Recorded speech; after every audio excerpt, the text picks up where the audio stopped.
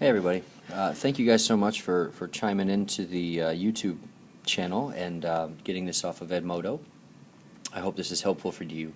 What I want to take a look at real quick are two things. I want to look at rotations and I want to look at dilations. So first one let's look at is a dilation. Here I have your typical image. What I'm going to do is I'm going to go ahead and I'm going to transform it. I'm going to dilate it.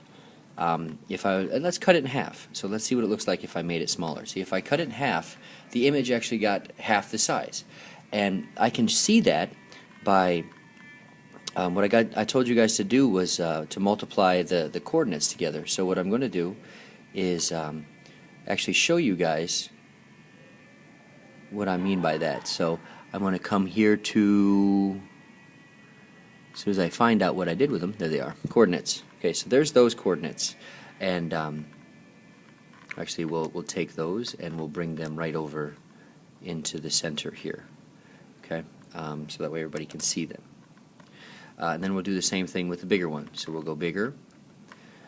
Oops, that one, and then that one. And then what we'll do is we'll do the same thing where we measure the coordinates. Okay, and as you can see, if I start comparing B to B prime, looking at those two, you'll see that this one is 4, 7, and this one is 2, 3.5. We cut it in half, so we multiply each of these. 4 times a half is 2, and 7 times a half is 3.5. So we made them half the size, so I multiplied each of those by a half.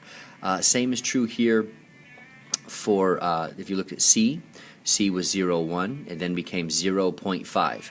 So all we're doing is just scalar multiplication. Multiply those numbers together, and you're good to go. Okay. Let's go ahead and get rid of these fellas. Okay. Now let's take a look at this.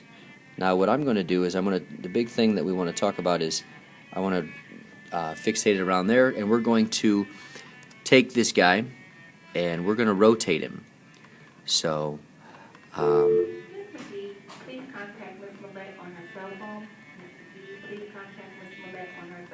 I guess Miss McGee better contact Miss Millette on her cell phone. But anyway, so let's take a look at this, and now let's transform it, and we're going to rotate it.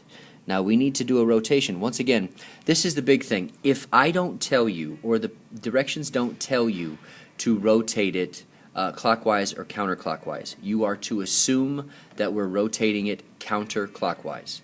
So if I tell you clockwise, rotate clockwise. If I tell you counterclockwise, rotate counterclockwise. But if I tell you nothing, then you rotate counterclockwise, because the coordinates go 1, 2, 3, 4 in that way, making a counterclockwise motion. So let's go ahead and rotate it 90 degrees, and we can see about the origin, and we can see that here's our image. And all we did was just turn the coordinates around.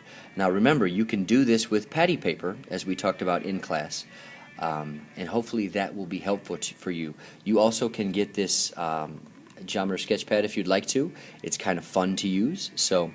But I hope that this little snippet into your work today is helpful. And it's helpful for you when you do your Alice in Wonderland stuff. That homework assignment is, like I said, is due, but it's not hard. It's just tedious. Thank you guys so much. And as always, if you have questions, keep asking. Come in and see me during tutorial. Come in and see me during office hours. Ask questions on Edmodo or send me an email. Lots of ways to get a hold of me. But that's it for now, guys. Have a good one.